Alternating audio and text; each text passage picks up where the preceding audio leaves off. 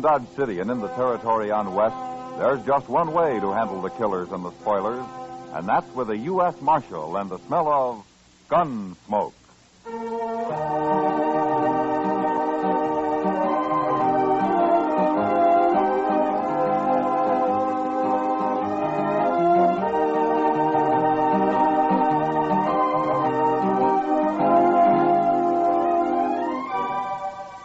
Gunsmoke, starring William Conrad, the transcribed story of the violence that moved west with young America.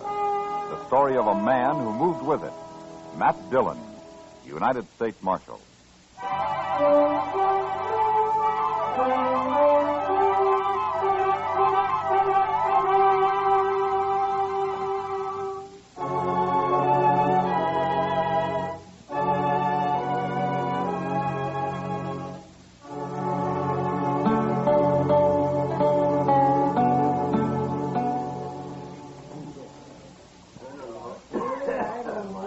That's Harry Pope over at the bar there, Mr. Dillon. A little short fellow. Ah. Where'd he tell you he's from, Chester? Boston. Or near there. He's a long way from home. Yes, sir. Well, it seems his wife died, and he wanted to move somewhere else. So he come out here about 4 months ago and built himself a little sod hut out on the prairie. Planted some corn, and now he's trying to raise a few hogs. That's all. And he's scared to death, huh? Yes, sir. That's what he told me. Well, if he's going to live out here, he's got to learn. Mr. Dillon, why don't you talk to him? Maybe you could explain it to him. I'll call him over, huh? From what he's told you, I don't think anybody could explain it. It's all in his head. Harry? Hey, Harry, come here. Hello, Chester. Oh, Harry. This is Marshal Dillon, Harry Pope. How do you do, Mr. Pope? Why don't you sit down? Nobody ever called me Mr. Marshal. All right. Chester tells me you've been worried lately. It's the Indians, Marshal. They come scratching around at night, and they hoop and holler some, too. Yeah, I know. Tell me, do they do this every night? No, sir. But maybe once a week they do. Well, what makes you think they're Indians, Pope? I can hear them, that's why. I got a good stout door, or they'd have been in on me long time ago. You know what coyotes sound like? They ain't coyotes. I can hear them talk. Oh? Well, what do they say? They just yell. I can't understand it. But I asked Chester here if maybe the army wouldn't come out and run them off. Marshal, if they ever catch me outside my hut, I'll be done for. Pope, let me tell you something. If what you've been hearing was Indians, you'd have been done for a long time ago. Indians don't just scratch around at night like that, and they don't come whooping and hollering like that either. Now, you've heard talk about Indians, and well, you're scared of them, and well, maybe your imagination's done the rest. No, sir. Them are Indians. They're right there. I can hear them talking, I tell you. Well, then why don't you shoot them? Well, I don't have a gun. What? Figured that'd just make it worse, Marshal, if I started shooting at them. Well, do you know how to shoot? Oh, yes. I learned in the Army. Well, then you better get a gun. A man needs one out here, Pope. And besides, if you go out of your hut after them the next time they come, you'll see what I mean. But if I kill any of them, don't you think they'll go after their whole tribe? No, Pope. I don't think they will. Well, all right, Marshal. I'll try it. I'll get me a gun today.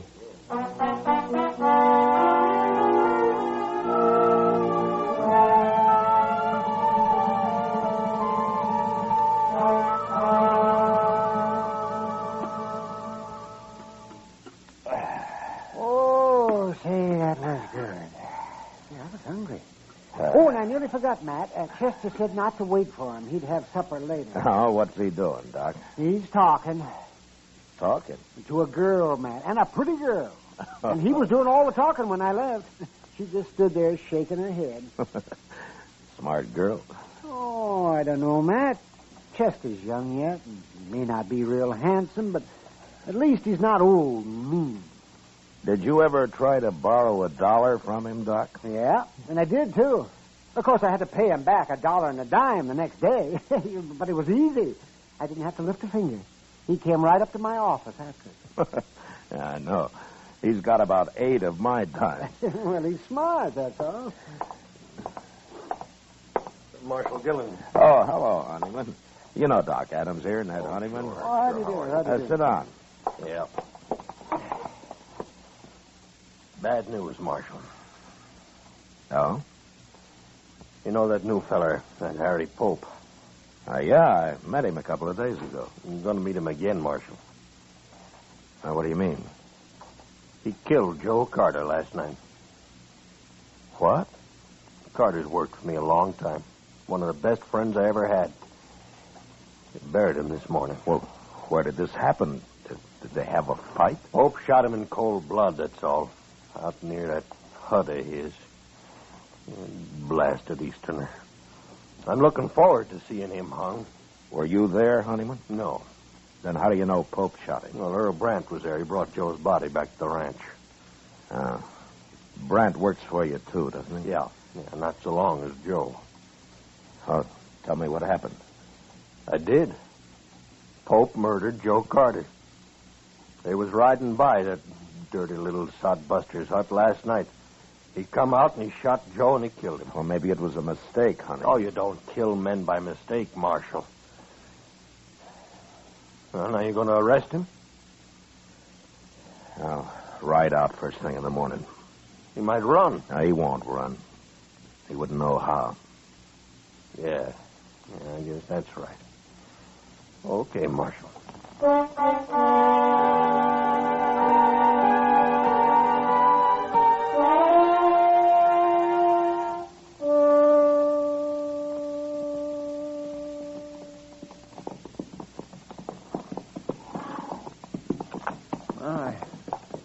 Ain't much of a place Pope's got here, is it?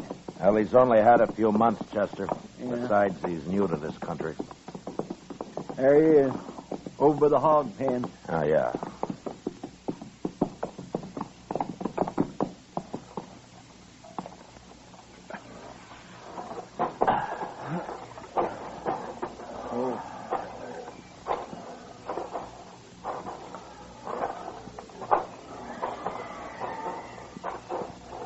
Hello, Marshal. Chester. Oh, Harry. Pope? Marshal? They was back again, all right. Night before last. Who was, Pope? Them Indians. But I came outside and shot at them, like you said, and they rode off. I just hope the whole tribe don't come out after me now. Pope, how many Indians were there? It's just 2. That's all I saw, anyway. You say you shot at them. Did you hit them? Well, I couldn't tell. It was too dark. I tried to, though. Well, tell me what happened, Pope. Well, sir, I heard him just like before. So I got my gun and I loaded it. Then I yelled at them. I don't know if they heard me, but they put a couple of shots into my hut there. Then I opened the door just a little bit, and I heard one of them riding off right over that way. I took a couple of shots at him, and then the other one started shooting at me from somewhere, so I ducked inside again and waited. But they didn't come back. At least not yet, they ain't. No. I sure hope you're right about them not bringing the whole tribe, Marshal. Pope, those weren't Indians. Oh, Marshal, why do you keep saying that? I know better. They were 2 men who worked for Ned Honeyman, and one of them, Joe Carter. You killed him. What? Earl Brandt was the other man. He took Carter's body back to the Honeyman Ranch. He did? I'm afraid you made a bad mistake, Pope. Oh, but how do you know about this, Marshal? Ned Honeyman told me. He could be lying. Honeyman has his faults, but lying isn't one of them. Then you believe I killed that man? It looks that way. Well, I don't know what to say, Marshal. Pope, has there been any trouble between you and these men? Oh, no, sir. No, I hardly know them. They've ridden by a few times, that's all, but I wouldn't have shot at them if I'd known who they was. Except it couldn't have been them. They were shooting at my hut first. Oh, it just don't make any sense at all. I think he's telling the truth, Mr. Dillon. You going to arrest me, Marshal?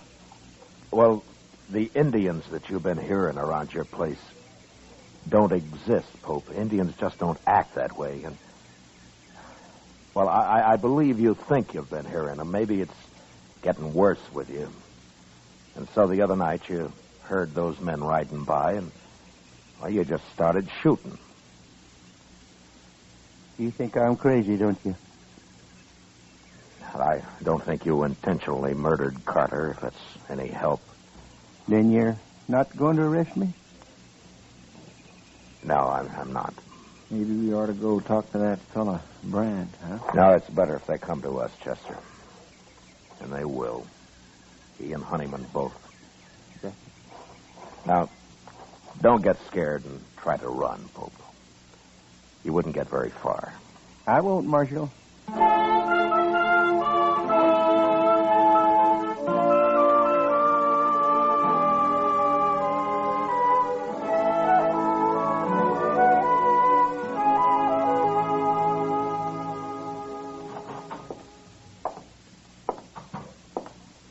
Morning, Mr. Dillon. Morning, Chester. You were right. They're in town already. I saw them on the way here. Oh, good. I think Brandt knows something he hasn't told Honeyman, Chester. Maybe we can get it out of him. I hope so. I sure do feel sorry for that poor little fellow, Pope, even if he is crazy. I'm not so sure he's crazy. But anyway, we'll soon find out. Yes, sir. Here they are. Good morning, Marshal. Good morning, Chester. Ned? Morning, Mr. Honeyman. This here's Earl Brand I brought with me. Hi. How do, Earl. Mr. Brand? Marshal, I figured you'd want Brandt's report from the trial. Me and Carter was good friends. I aim to see that Yankee sodbuster hung. All right, Brandt. Tell me about it. Nothing to it, Marshal. Me and Carter was riding past his place. He come out and started shooting at us. He killed Carter, and I took a couple of shots at him and drove him back inside that hut of his, and I packed Carter onto the ranch. Will you swear to that in court, Oh, Brandt? of course he will. Well, why shouldn't I, Marshal? That little murderer been telling you something else? Yeah? He thought he was shooting at Indians. What? Oh, that miserable Now, you dog. weren't there, Honeyman. How do you know what happened? Brandt told me what happened. Who else would have shot Carter? Brandt, why do you think Pope shot at you? I don't know, Marshal. He's crazy, I guess. Is that all? Well, that's enough, isn't it, Marshal? Look, he killed Joe Carter. Now, what difference it makes? The difference between murder and something else, Honeyman. Well, bring him in here and ask him. I'll beat the truth out of him if he lies. He isn't here. You what? I didn't arrest him. Well, why not, Marshal? He said he thought they were Indians, and I believe him. You mean you ain't going to arrest him at all? Not until I find out what this is all about. Well, I told you what it's all about. Come on, Honeyman, let's get out of here. Oh, wait a minute. Marshal, no man can kill a friend of mine and claim he thought he was shooting Indians. Now, what's the matter with you anyway? You think I'd let anybody get by with that? Carter was my friend, too. If the law won't see justice done, we will. Now, I'm warning you. You try to kill Pope, and I'll arrest you. And if you do kill him, you'll hang for it. Well, I always thought you was a good man, Marshal. And I always respected you. But now I'm... shut up, Ned. Brandt, why don't you tell the truth? Whatever it is, why don't you tell it? We're wasting time. All right. My guess is you and Carter have been hounding that man, making him think there have been Indians after him. Now, why? Were you trying to drive him out of the country? Why, Brandt? Your talk gets crazier all the time, Marshal. I'm leaving, Honeyman. For the last time, Marshal, You going to do anything about Carter's murder? It wasn't murder, Honeyman. Don't you see that now? He's dead and Pope shot him. That's all I know. That's all I need to know. Come on, Brant.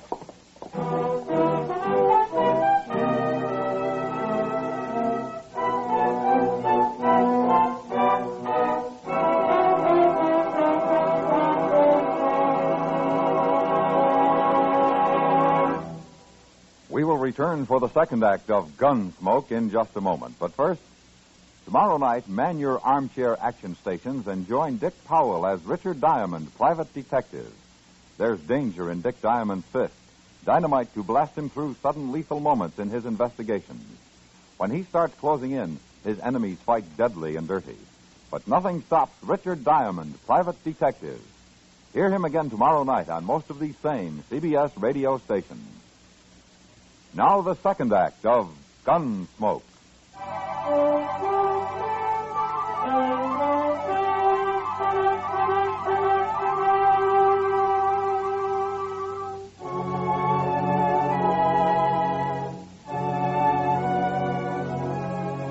That afternoon, I rode out to see Pope.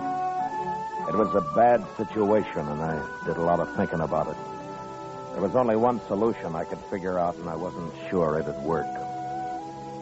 I found Pope weeding the few miserable rows of corn he'd planted out in front of the small bluff against which he had his pig pens and his hut built. I got down and walked over to him. Well, Marshal, have you changed your mind? No, I haven't. Good. Look, Pope, I don't know why they did it, but Carter and Brant were the Indians you thought you heard. They were trying to scare you for some reason. I know. What?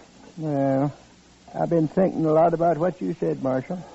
And I figure you know what Indians are like and that you wasn't lying to me. So it must have been Carter and Brant. Well, have you thought of any reason why they were doing it? No, sir. None at all. Honeyman and Brant want you arrested, Pope. You going to do it? I have no reason to. But they're threatening to take it into their own hands. Can't you stop them? I can't arrest them for talk. Listen, Pope. Now, you won't like this, but it'd be better if you left here. Now, it isn't your fault, but you've got enemies now, and you'd be a whole lot safer somewhere else. No. No, I won't leave. Let them come. I'll fight it out with them. Well, it'll just mean more bloodshed. Well, like you said, Marshal, it ain't my fault. And the man's got a right to defend himself. Yes, I know. But you won't have any peace here. You'll start jumping at shadows. I won't leave, Marshal. Well, all right. But think it over anyway. I have. I'm sorry about this, Pope. Thank you, Marshal. So long.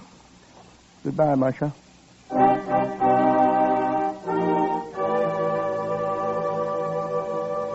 Pope went back to weeding his corn, and I rode off past his little hut and around the narrow bluff he'd built it against. I'd gone maybe half a mile beyond when I heard 2 rifle shots behind me. I turned and raced back to the bottom edge of the bluff where I dismounted and walked up to where I could see around it. And just then I heard a horse coming along the trail, and I stepped back and waited. Whoever it was would pass within a few feet of me.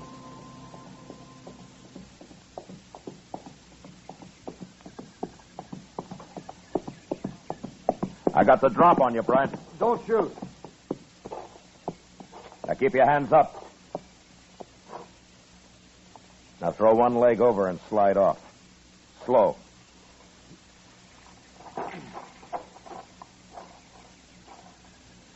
How long you been here, Marshal? Turn around.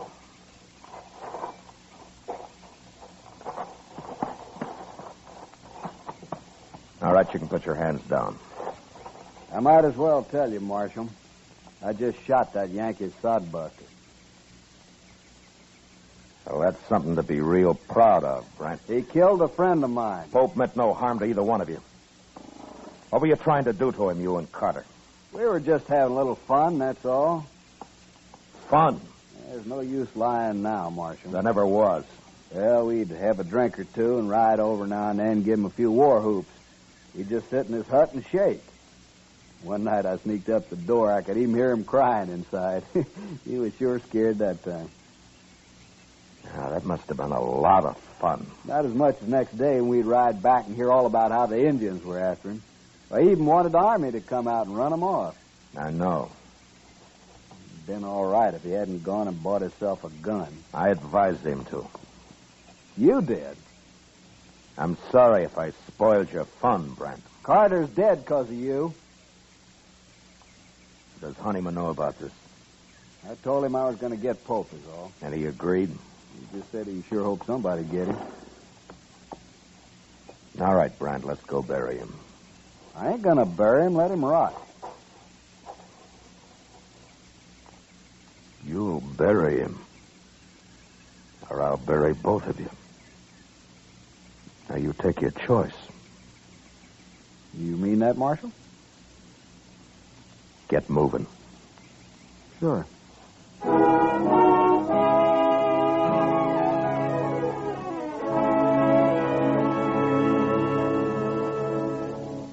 It was too late to try to teach Brant anything, but Ned Honeyman was a different matter. I wanted to be sure he understood what really happened. Otherwise, he'd spread the word against me and against the law. And there were a lot of men who'd be glad to listen to him. We buried Pope near his little hut and then rode into Dodge. I kept off Front Street and rode up to the jail from the rear. Chester was waiting inside. My gracious, Mr. Dillon, I thought you'd never get back. Say hello, Mr. Brand. Lock him up, Chester. What? He murdered Harry Pope. Then I'll gladly lock him up. Right back through that door, Mr. Brandt. Yeah. He says Honeyman's still in Dodge. Have you seen him, Chester? Well, Doc saw him over at the Alfraganza a little while ago. I'll be over there, then. Yes, sir. All right, Mr. Brandt, you just head on back.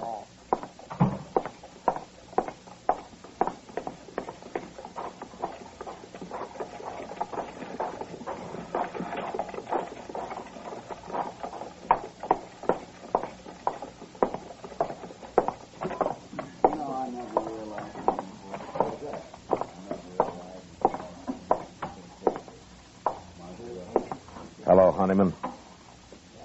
What do you want, Marshal? I want to talk to you. I don't want to hear it. No, I don't think you do. What? I've been talking to Brant. He's told me the whole story. Where is he, anyway? He told me that he and Carter have been having fun, as they called it, with Pope, making him think they were Indians. Well, you told him that this morning. He admits it now. I don't believe it. And even if they had, is that reason enough to kill a man? Pope was acting in self-defense. He wouldn't have shot Carter otherwise. It was a mistake. But Carter brought it on himself. I don't believe it. Honeyman, do you want the law in this country or not? Well, maybe that depends on who's represented. It doesn't matter. The law's the same. Well, now the law says you can't kill a man and go free. Now, don't it? It says you can't murder a man. Well, who decides which it is, Marshal? You or me? I'd like you to decide this time, Honeyman. You mean that? Yeah. All right, Marshal. You go and arrest Pope and get him hung. That's how I decided. Pope's dead. What? You wanted him killed, and he's been killed. What do you mean? You said this morning you'd take justice into your own hands, didn't you? Well, yes. Well, it worked. Pope's dead. How do you know? He was out weeding that little patch of corn he planted. I think he planned to feed his pigs with it, mostly. And he took 2 rifle bullets in the back. Who did it? Are you satisfied, Honeyman? Is that how you wanted it? Who did it, Marshal? All Pope had was a sod hut and a few pigs. He didn't know what this country was all about. He might have learned, but your friends got him so scared, Brant told me, that he'd sit in his hut and cry. Look, And then one night he loaded his gun and he went outside to fight. That took a lot of courage, Honeyman, for a man like Pope. But he did it. And today I told him he'd better leave his place, that you and Brant had threatened him and would give him trouble. What'd he say? He said he wouldn't go. He said he'd stay and fight. And so he He did. stayed. He didn't get a chance to fight. What's a man like Pope know about protecting himself? Brant. Shot him in the back. Twice. All Pope had in his hands was a hoe. Marshal. Well, I don't know what to say. Brant's in jail. I'm going to see him tried for murder. And he'll be hung. Yeah, but I guess I'm just as guilty as he is. You could have stopped it.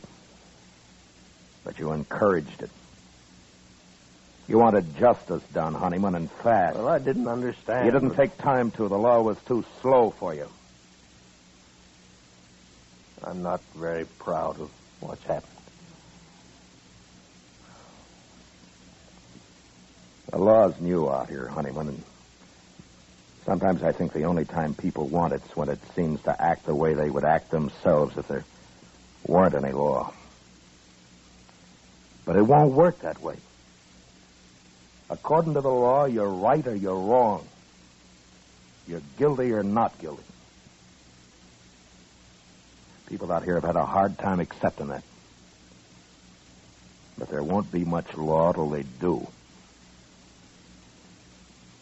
And men like Pope will go on dying, no matter how many Brants get hung for it. Marshal, would it help? Would it help the law if I get up in court and take my share of the blame for this? Yeah. Yeah, Honeyman, it'd help. Well, I'll do it. Good. I'd be proud to buy you a drink, Honeyman. Oh, sure, Marshal. I thank you. Sam, set out 2 glasses.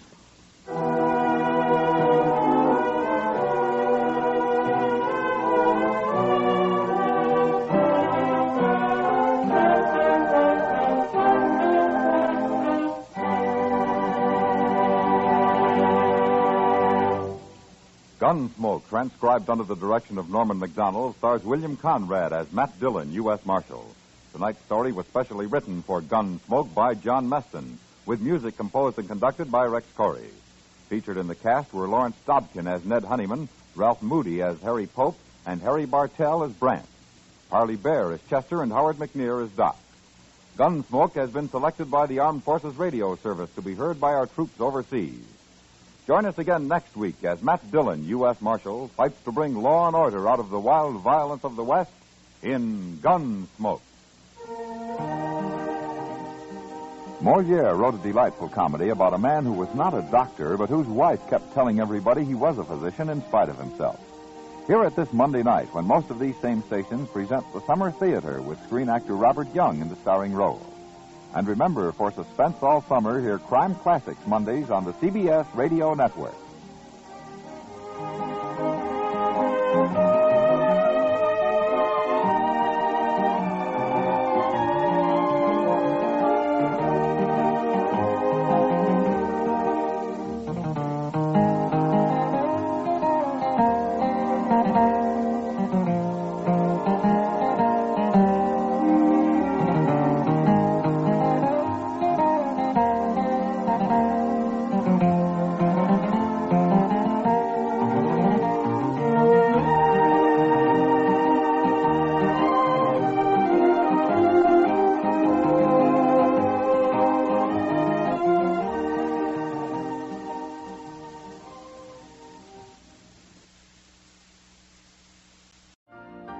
You've been listening to the OTR Gold Network.